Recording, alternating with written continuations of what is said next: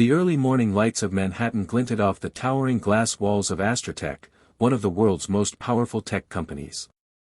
Among the quiet hum of elevators and the occasional click of expensive shoes, a small figure moved almost invisibly. His name was Luis Delgado, a 64-year-old cleaner with tired eyes, gentle hands, and a heart that had weathered more storms than the skyscrapers had seen winters. Luis had worked in that building for 9 years, starting his shift when the world was still asleep and ending it long after the sun dipped behind the skyline. Most people didn't see him. He was just the man with the mop, the one who emptied bins and refilled toilet paper rolls. But Luis saw everyone. He watched, unnoticed, as empires rose and crumbled in the boardrooms above, as interns became managers, as suits walked by him like he was wallpaper. But he didn't mind. Luis believed in dignity. His mother had taught him that long ago in the fields of El Salvador. One person Luis had always observed with quiet admiration was Jonathan Hale, the 38-year-old billionaire CEO of Astrotech. Unlike most who worked in that cold corporate jungle, Jonathan was different. He smiled, often said, "Thank you," and once even helped Luis carry a broken vending machine out of the kitchen. Luis remembered that day well, not because a CEO helped him, but because Jonathan had taken the time to ask about his life, about the photograph of Luis's late wife pinned inside his locker. But recently, Luis had been seeing something troubling, something that disturbed him so deeply he'd had sleepless nights. It involved Jonathan's girlfriend, Vanessa, a striking woman with a perfect Instagram smile and designer heels that never scuffed. For weeks, Luis had overheard whispers in the restroom, snippets of phone calls, and once saw Vanessa in the parking garage in a heated, intimate conversation with a man who wasn't Jonathan. She laughed, touched the man's chest, too familiar. Luis had kept silent. It wasn't his business. Who would believe him anyway? But then, 2 nights ago, he heard Vanessa on a call in the executive lounge. She didn't see him, nobody ever did. Her voice was sharp and calculating.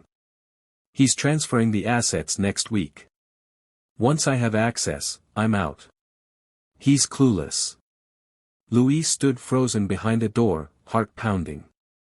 The man who had once helped him with a vending machine was about to be betrayed, personally and financially. Still, Luis wrestled with doubt. Maybe he misunderstood. Maybe it was just a conversation taken out of context. But deep down, he knew. This wasn't gossip. This was real. And dangerous. The next morning, Luis did something he'd never done before. He waited outside the executive elevator, hands trembling slightly, heart thudding against his ribs. When Jonathan stepped out, fresh from a press interview, Luis stepped in front of him. "Mr. Hale," he said, voice low and respectful. Jonathan paused, surprised. "Luis? Everything okay?" Luis looked down. "Forgive me, sir. I shouldn't be saying this. But I think you should be careful with Ms. Vanessa. I heard her talking. I believe she's using you. There's something wrong." For a second, Jonathan's expression shifted, confusion, then suspicion, then a guarded smile. "Luis, I appreciate your concern," he said, gently but dismissively. "But you must be mistaken." "I hope I am," Luis whispered. "I truly hope so."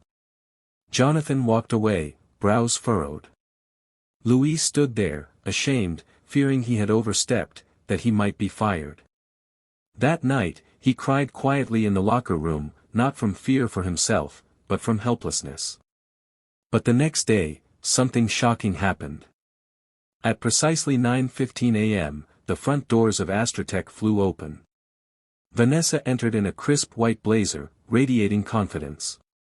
Jonathan greeted her at the lobby, not in his office, not with a smile, but flanked by 2 security officers. He handed her a document. Her face paled.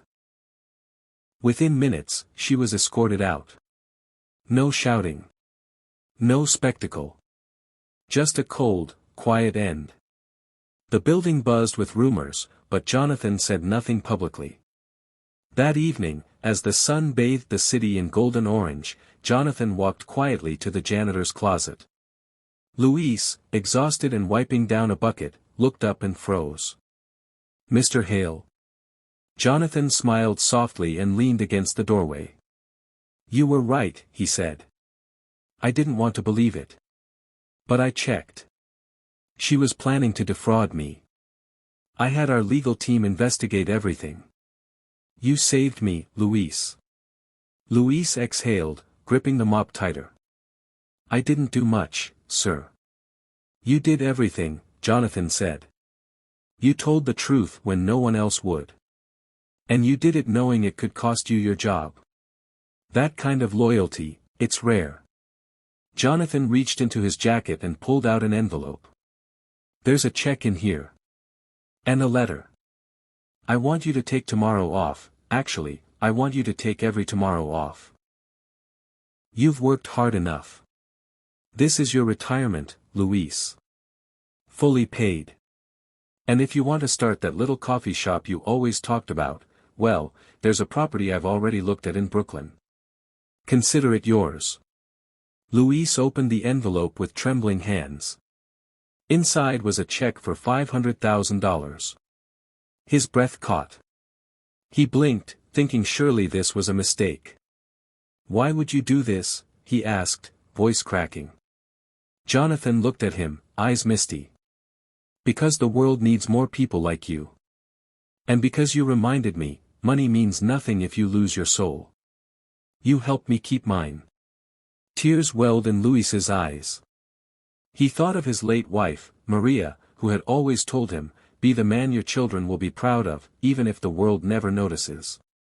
That night, Louis walked home under the stars, feeling lighter than he had in years. The weight of poverty, silence, and invisibility lifted, replaced by the quiet dignity of a man who did the right thing. Not for reward, but because it was right. 2 months later, Café Esperanza opened in Brooklyn, a warm little shop with walls adorned with paintings of El Salvador, the smell of cinnamon coffee in the air, and a quote painted across the counter: "Kindness is never wasted." And every Saturday morning, a familiar face in a suit dropped by, ordered a cortado, and sat by the window to chat with Louis about life, legacy, and the surprising power of simply paying attention. The world often overlooks those who clean its floors, but sometimes, the humblest hands carry the loudest truths. In a world chasing wealth and image, it was a poor cleaner's quiet courage that saved a billionaire's heart, and reminded us all that integrity shines brighter than gold.